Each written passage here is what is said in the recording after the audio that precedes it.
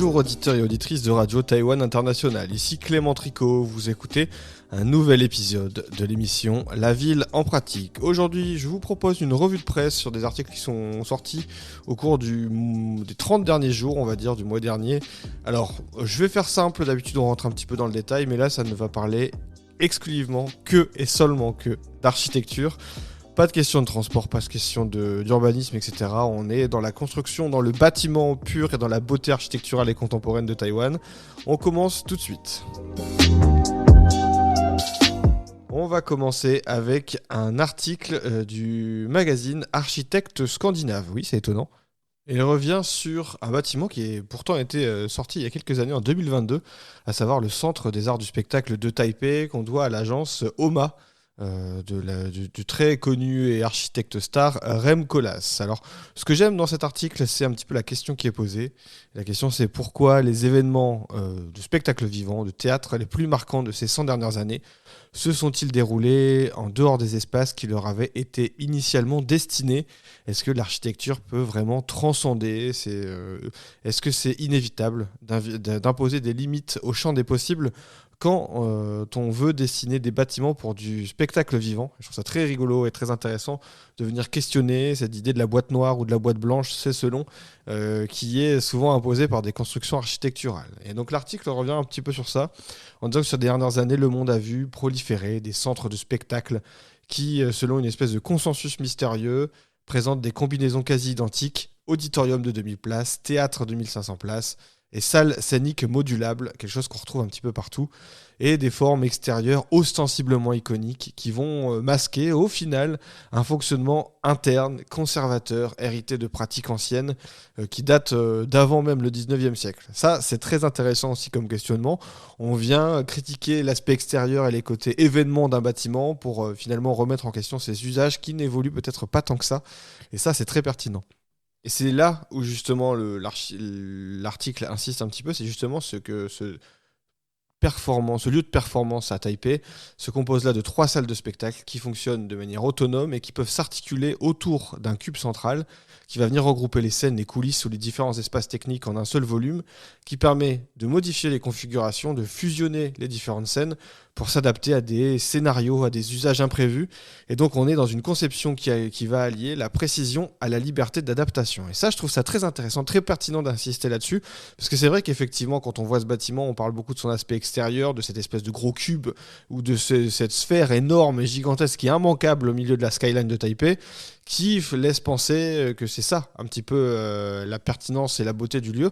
Mais on peut quand même envisager que ce qui a fait pencher le choix de ce théâtre, c'est justement sa modularité qui permet une créativité dans la conception des pièces. Reste que c'est difficile parfois pour des troupes de devoir envisager toute cette modularité-là, parce qu'à chaque fois, s'il faut se réadapter à chaque fois à un nouveau bâtiment en fonction des différentes configurations, ça peut coûter très cher pour faire tourner une pièce.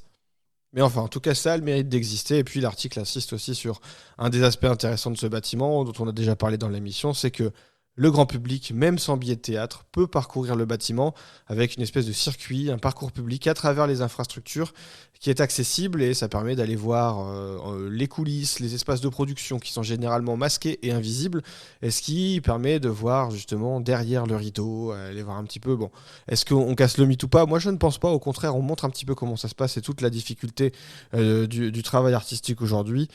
Et voilà, donc c'est intéressant de voir un article qui remet ça en cause aujourd'hui et qui met en avant l'intérêt de ce bâtiment. On va continuer à parler d'architectes qui nous viennent de Scandinavie. En ce moment, à Taïwan, il y a un bâtiment de MVRDV qui a un espace temporaire qui vient mettre en valeur le patrimoine forestier de Taïwan. Ça s'appelle le Pavillon des Merveilles. Ça se trouve en ce moment à Chiayi, la ville qui est connue pour son histoire avec la construction du bois. Eh bien, voilà, cette espèce de pavillon temporaire sert pour une exposition qui célèbre le 321e anniversaire de la fondation de la ville. C'est une structure qui présente une espèce de prototype architectural temporaire à taille réelle, et ça illustre un petit peu les principes de la construction durable et de la valorisation du patrimoine urbain. Et donc en fait, il faut imaginer une espèce de dessin au sol de ces fameux Seheyuan Donc ces maisons traditionnelles à quatre côtés avec un élément central, deux bâtiments annexes et généralement une clôture d'entrée, mais là c'est avec, ou parfois avec un bâtiment, etc., avec une espèce de cour, tout est organisé autour de la cour centrale. Et bien là ça reprend ça, c'est une commande de la municipalité de Chiayi qui est visible, qui était visible jusqu'au 28 décembre.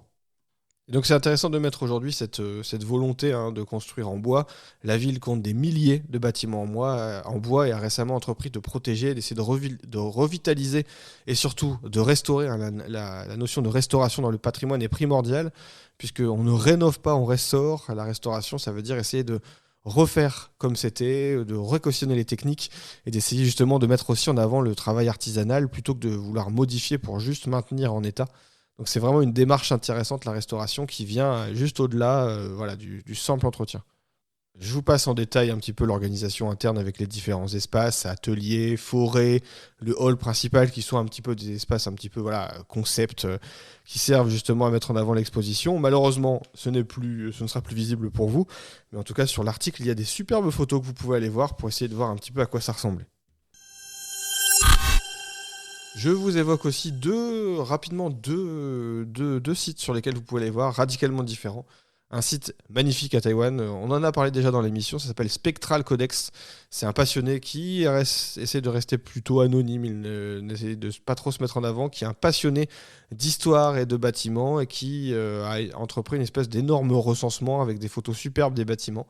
Donc là, je vous mets le lien vers un article où il parle justement de l'architecture baroque, néo-baroque, qu'on peut trouver à Taïwan, apparu à la fin du 19e siècle, qui réinterprète des principes de design et d'architecture qu'on pouvait voir notamment en France et en Allemagne, qui a été importé à Taïwan via la colonisation japonaise et qui a évolué et qui va refléter les sensibilités culturelles, des esthétiques locales.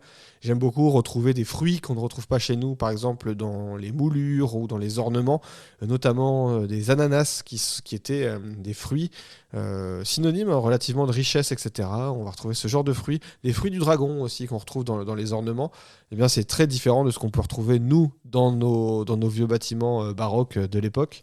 Eh bien voilà, c'était souvent intégré aux façades dans les maisons boutiques traditionnelles, vous savez, ces vieilles rues à Taïwan aujourd'hui, qui étaient parfois justement construites par les Japonais. Eh bien, c'est aussi intéressant d'aller voir ces villes, non pas seulement pour les produits qui sont proposés, mais pour essayer de lire et de comprendre l'architecture. Et donc lui, il vous présente, il vous renvoie aussi vers des liens, Wikipédia, etc., mais aussi sur tout son travail photographique, où il met en avant tout ce travail vernaculaire qui est parfois méconnu hors de Taïwan. Bon, en tout cas, ici, on en parle énormément, donc méconnu, je le prends un peu mal. Je pense qu'il n'écoute pas suffisamment l'émission. Mais en tout cas, voilà, il met en avant cette naissance d'une architecture propre et unique à Taïwan, qui est l'évolution d'un mélange comme ça de passe d'époque et de gouvernement. Et aussi, je vous invite à vous intéresser sur son site aussi à son travail sur les vieux cinémas et les vieux espaces de spectacle à Taïwan, puisqu'il pratique l'urbex, il va dans ces bâtiments en déshérence, abandonnés, pour prendre des photos sans rien toucher. C'est superbe.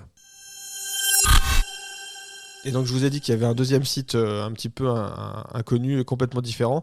Là, je vais vous parler de TripAdvisor, que vous connaissez certainement si vous avez déjà voyagé. En tout cas, je ne vous fais pas l'affront de vous expliquer ce qu'est TripAdvisor, ce site touristique pour essayer de savoir quels restaurants, quels hôtels sont les mieux classés selon les utilisateurs.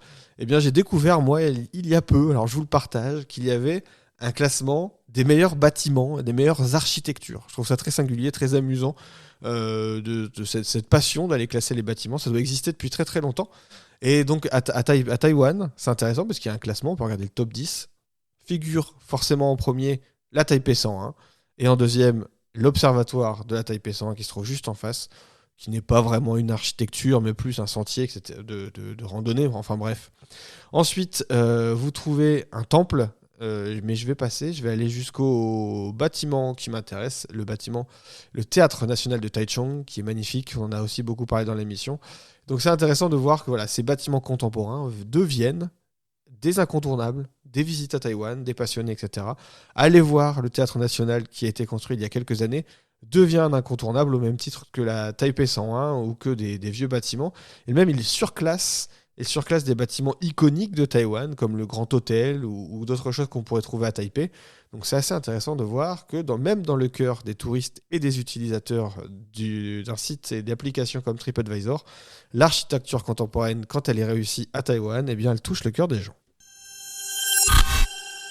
Et on va terminer sur encore une dernière architecture emblématique de Taïwan qui a fait beaucoup de médias au cours des dernières semaines, à savoir le musée bibliothèque vert de Taichung, de Sana, des architectes japonais, qui a ouvert ses portes. Le bâtiment, alors il est très singulier, je pense qu'il est très clivant en termes d'architecture, puisqu'il est composé d'énormes blocs blancs. On est radicalement différent dans l'approche du premier bâtiment dont je vous parlais à Taipei, le centre de performance artistique, le TPAC, donc signé par OMA. Là, on est sur un bâtiment avec des grands blocs blancs et il a été inauguré en décembre. Ce sera le sujet d'une prochaine émission. Et donc, c'est un nouvel édifice culturel très important qui repense le rôle des institutions publiques au sein de la ville. C'est comme ça qu'il est vendu. Il se veut aussi là dans une espèce de forme d'hybridité avec un musée qui va mélanger donc de l'art métropolitain avec la bibliothèque municipale et il se revendique comme le premier bâtiment public réalisé donc par Sana à Taïwan et une des plus vastes réalisations culturelles à ce jour avec une superficie, c'est énorme, 58 000 mètres carrés et ça se trouve à la lisière nord du parc central de Taichung. Et donc, c'est ce musée-bibliothèque vert de Taichung, on met tous les poncifs possibles, et bien, se situe donc au cœur d'un vaste parc de 67 hectares, qui est lui-même intégré à un parc, c'est ce qui s'appelle un parc commercial et économique de Shuenan. Et donc, le bâtiment, il ambitionne, alors on va voir comment c'est dans le fonctionnement, parce que le bâtiment ne peut pas faire tout seul, mais d'estomper les frontières entre l'art, la littérature, l'architecture et la nature, rien que ça. Et c'est pensé comme un bibliothèque dans un parc et un musée d'art dans une forêt. On aura l'occasion d'y revenir. C'est un peu un teasing que je vous fais pour continuer à parler de ce bâtiment une prochaine fois. Nous arrivons au terme de cette dernière émission de La Ville en pratique de 2025. Je vous adresse mes meilleurs vœux. Portez-vous bien comme je vous le dis à chaque fois et abonnez-vous au podcast. Ça fait du bien. C'était Clément Tricot, à bientôt.